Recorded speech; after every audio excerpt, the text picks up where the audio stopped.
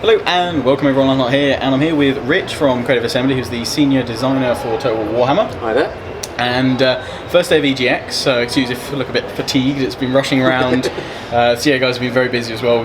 Had a dev session today, been up on the YouTube gaming stage, and I managed to grab them for a little while now to talk about Total Warhammer. We'll be fielding some questions exclusively from Reddit. I posted there and community responded with a lot of questions, so we'll try and get through as many as possible. But first of all, Rich, if you could just briefly tell us, kind of summarise what was covered in the dev session earlier, because you talked about lords, legendary lords, and a bit more information than we've heard before. Yeah, so we today spoke a lot about legendary lords and the fact that each race will have 2 legendary lords for them. So we unveiled Balthazar Gelt, who's a caster for the Empire, and we also unveiled Ungrin Iron Fist, who's the Slayer King for the Dwarves. He's got a massive ginger mohawk and fights to the bitter end.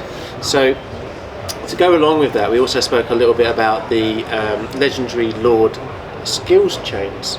So they're the characters can kind of undertake the quests, like the ambush at Thundering Falls, which is the battle you guys got to play today, and also go after things like legendary items from these quests and mounts. So we also spoke a little bit about the heroes, which are your campaign agents of old, and that they also have these new skill tree branches as well in a similar vein. So you can tailor these guys to campaign facets, tactical things, or maybe more battle orientated skills also. Okay, it was a really good dev session, guys. I think you should be able to find it up on the EGX site or something like that. There might be a recording of that, but I'll be giving you guys some more impressions about what was covered there.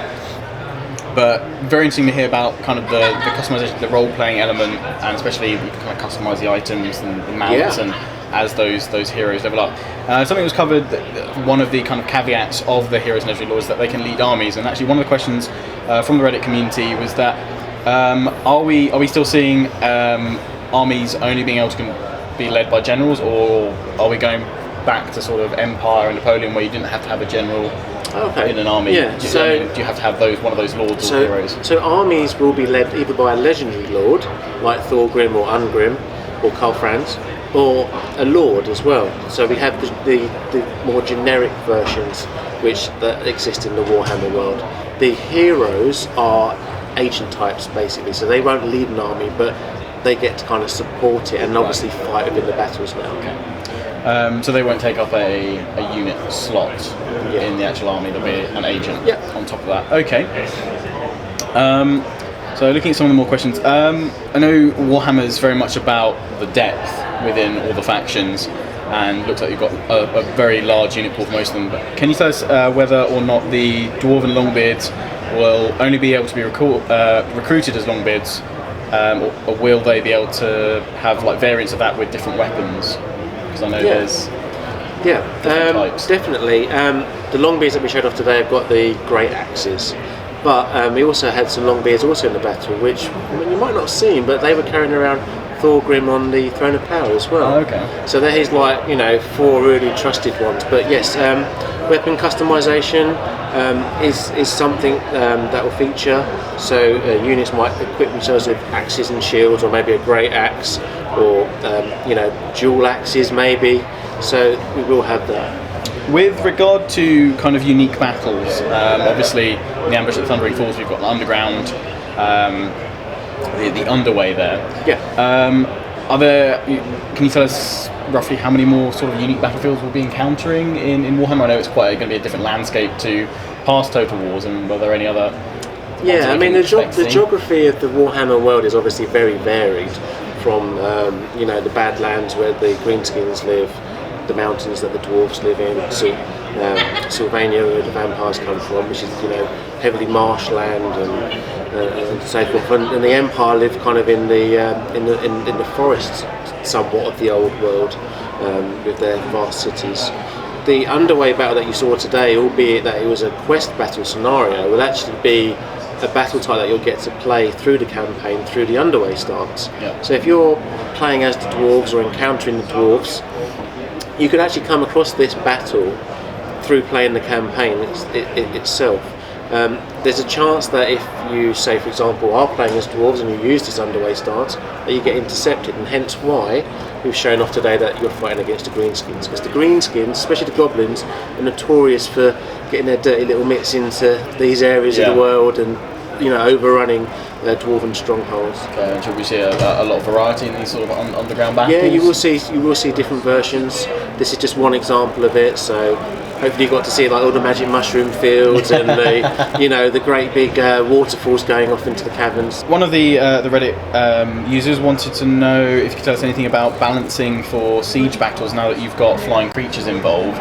I mean, what's there to stop kind of a huge flying offensive to fly over your defences and make that moot, or are able? I know that they've shown in the Battle of Blackfire Pass the targeting from land to air with missile units. So just how does that balance?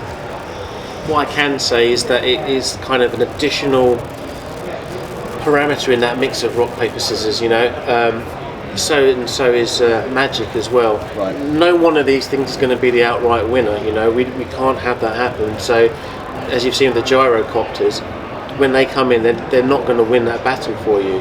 The steam gun, in fact, really does not a great deal of damage. It's kind of more slows down the enemy, and then you use the bombs, the bombs which are limited in number, to kind of cause havoc and chaos in the goblin ranks, because they've got much lower morale compared to the dwarves. Similarly with magic as well, and this goes across the different battle types. There's not an infinite amount of it. There's going to be a small amount of winds of magic in each battle, so you can cast certain spells to a point, and it won't just rule the roost and take over. I don't know if you saw the Curse of the Bad Moon today, the big kind of... No, I think we took out Knobnails pretty early in this one. I think an organ gun connected with his face. Oh, nice. But I have seen the Curse of the Bad Moon before in that demo. Well, one little thing to say about that is that's a vortex spell, so it will damage anything that it moves across, friend or foe. And again, one thing to kind of balance this out so it's not too powerful is that with the random movement, it can actually come back and strike the guy who cast it. So maybe even Knobnails actually did something like that in one of the battles. Because it's all AI, by the way. Yeah. So that's one thing that everyone's been trying out here at EGX and really kind of getting different scenarios happening. I've got to admit, the AI for the spider riders flanking and being able to try and take out your organ guns and your artillery, it's always on point there. And there's been a couple of times where I've missed that, and it's been really aggressive with that. Really aggressive with that pushing up. In the dev session, you sort of touched on kind of how you'd be creating or following the story that you have for the campaign. So one of the questions was whether you can tell us how the story will play out. Will it be similar to kind of the story-driven campaigns like the Last Roman DLC, where you have kind of regular objectives to go through? I know for the dwarves you've got the Book of Grudges to try and strike those off, but I mean, is that kind of an overarching story for most factions, or...? There's a grand campaign which the 4 announced races will all take a part in. The dwarves do have the grudge system. Basically, you'll start a game, a number of grudges need to be settled, they're part of your victory conditions, but they'll dynamically build over time. So if another race encounters you and maybe, I don't know, sacks a settlement or takes out an army, then new grudges will be formed there, and each race will have their own campaign specialisms, which will keep them different from one another. Is there any chance of seeing a way to customise unit colour schemes at some point? We need to be very true and to the Warhammer IP.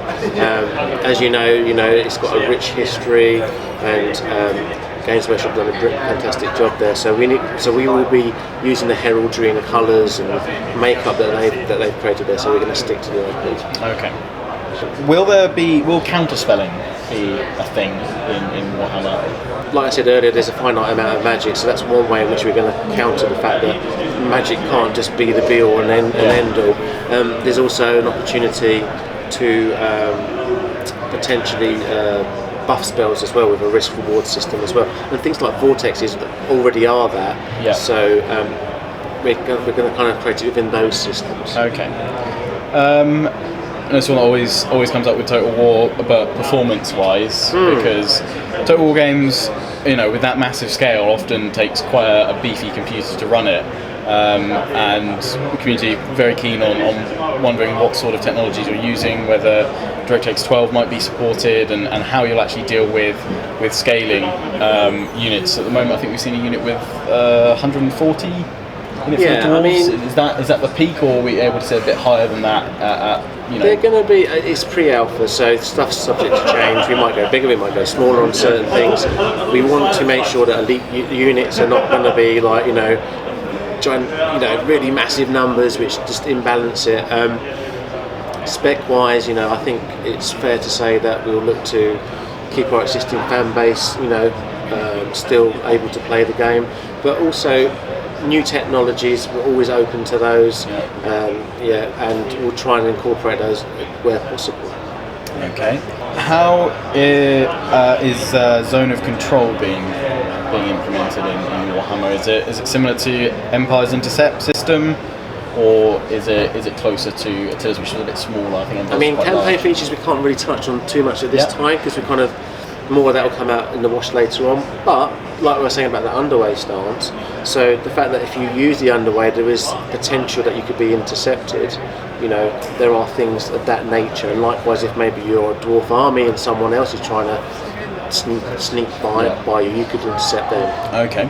How is unit collision and unit animations in Warhammer? We've changed that quite a bit. Yeah. So we've moved away somewhat from the matched animation systems you've seen in the past, where everyone's kind of doing a little dance and trying to form up, and we're trying to get weapons and shields into the right position. We still use a little bit of that, things like the giant picking people up, and the arachnid spider going after them with its feet. But the vast majority of units now don't need to do that. They can actually merge with one another, and you'll actually see them. They'll run along, physically jump up into the air, and then bring their weapon down to strike one another. So it's much more fluid. I think it quickens the pace and feels a little bit more organic, and you don't see this little kind of dance happening. Yeah. Because one of the queries user had was whether the animations would actually look as if you're getting a physical connection with some of the enemies, and sometimes with the match combat, they'd be sort of just jabbing the air around each other. If you kind of got closer, moving away from match combat to get it looked like they're really getting stuck in.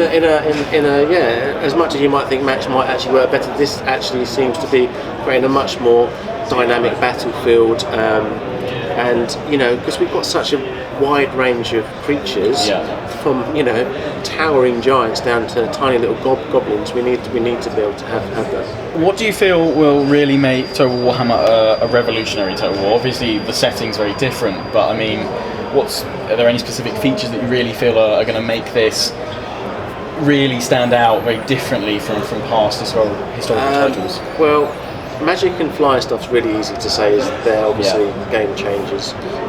But I think the biggest game changer will be the fact that each race will be a different entity in its own right. Dwarves don't have cavalry, so you can't go around flanking people. Greenskins have got the spiders and the wolf riders and things like that, so they're all about rushing, and they've got animosity, and they want to keep fighting and keep momentum building. So it's going to be all about the races. Talk about the races. Obviously, the Empire is made up from lots of different kind of kingdoms and states within that. Are we going to see a lot of troop diversity depending on which kingdom those troops have come from? Are there specialist units, perhaps? The Empire is made up of a number of different states. With Reichland being obviously very important there for Karl Franz. We will look to, where possible, bring in the IP from the Warhammer world to fill out and to build our worlds. Okay. Quite a lot of questions coming in about this next topic, but I think I'll just use one that summarises all of that, which is basically ask anything about the campaign map, which I know is a topic that is very tight-lipped. You have teased an artistic version of it in the Humble Bundle, which, if it's still going on when this video goes out, find it linked in the description. Fantastic cause, and you get access to an insane amount of Total War titles, plus an artistic version of the Warhammer campaign map. Yeah, the old world. The old world. Yeah. So it looks good, but nothing else to say about that just yet. Not just yet. And you guys want to stay tuned for the vampire counts. They're pretty special. That's good that you mentioned that, because that was another one where everyone's like, vampire counts. You've got to ask him about vampire counts. Maybe Halloween? That'd be a good time for vampire counts? That would be nice, wouldn't it? That'd be nice, yeah. Just to reiterate, because I think some people in the community still want to understand how, obviously you've announced 4 factions for the first title, and this is going to be a trilogy of Warhammer titles that you're developing. Yeah. Now, I don't know, obviously, what DLC plans and things like that are, and what we'll see down the road, but how will those 3 games work I assume they'll work together and expand the map and bring more factions in? Think of it a little bit like a jigsaw puzzle. So even if you don't buy this initial release, you could actually buy the next iteration or the final one as a standalone product in its own right. So it is you can do that. Likewise, they can all bolt together. So one can bolt with another or bolt with all. So to actually form the Warhammer world as we want to realise it. So would that technically mean down the line you could come back to an older campaign and realise that the map's been expanded further with that and carry on, or is that not really a kind of a feature that we're looking at so much? It's more about kind of exploring the new areas with a fresh campaign. It's all about kind of building the Warhammer world, building the big Warhammer world. So, yeah. How accessible will Total Warhammer be to players that know little or nothing about the Warhammer universe? Because I mean, by and large, for most historical titles in the past, medieval, you've probably got some concept of what a knight is and things like that. But if you start telling me that this guy's the count of this faction, who? Well, like the EGX battles, an example where we've actually shown off quite a wide range of units from early game through to late game. Dwarven warriors are your kind of bread and butter for the dwarves. They're reasonably okay in melee, but they've got the shield and decent enough armour to stay there in a fight. Then you move up through, you've got quarrelers and thunderers, who are crossbowmen and riflemen respectively, into things like slayers, which maybe you've gone down a more heroic warrior style route, and those guys are unbreakable, they'll fight to the death, and all that kind of information is coming out now on our unit information panel. So we kind of bring 3 kind of strong key factors about each unit to the forefront for the player to see. So if you're not familiar with Warhammer at all, there'll always be that information there for you to go, well, actually this guy's good against large creatures like giants, or he's got armor penetrating property, so it's good against arachnoid spiders. Or maybe if you take something like a flame cannon, for example, that can nullify a troll's regeneration properties as well. So there's lots of like mini matchups between units in the battle itself. It'll be more a case of once you get stuck into the game, you'll kind of learn those nuances. Of course. You won't have them all from the get-go. You'll need to build them up over time. But it should be reasonably accessible to new players. Yes, totally. Yes. Bit of a personal question from me, because kind of a little bugbear I have. Is there any chance of seeing the number of units killed returning on the victory stat screen? Because you have units lost, the number you deployed, and the number remaining. You don't have how many you actually killed anymore as a grand total. Which is good for when I wanted to work out friendly fire. Yeah, just wondering if that's possibly a statistic that could potentially return. Possibly. Okay. And finally, if we just wrap up, can you briefly explain the new health system? Because it's a bit different to past Total Wars in that you've got along the UI on the bottom you have the number of men in each unit as a green bar, but then on their actual info panel you have hit points. Yes, so we've had to introduce hit points because we've got single entities.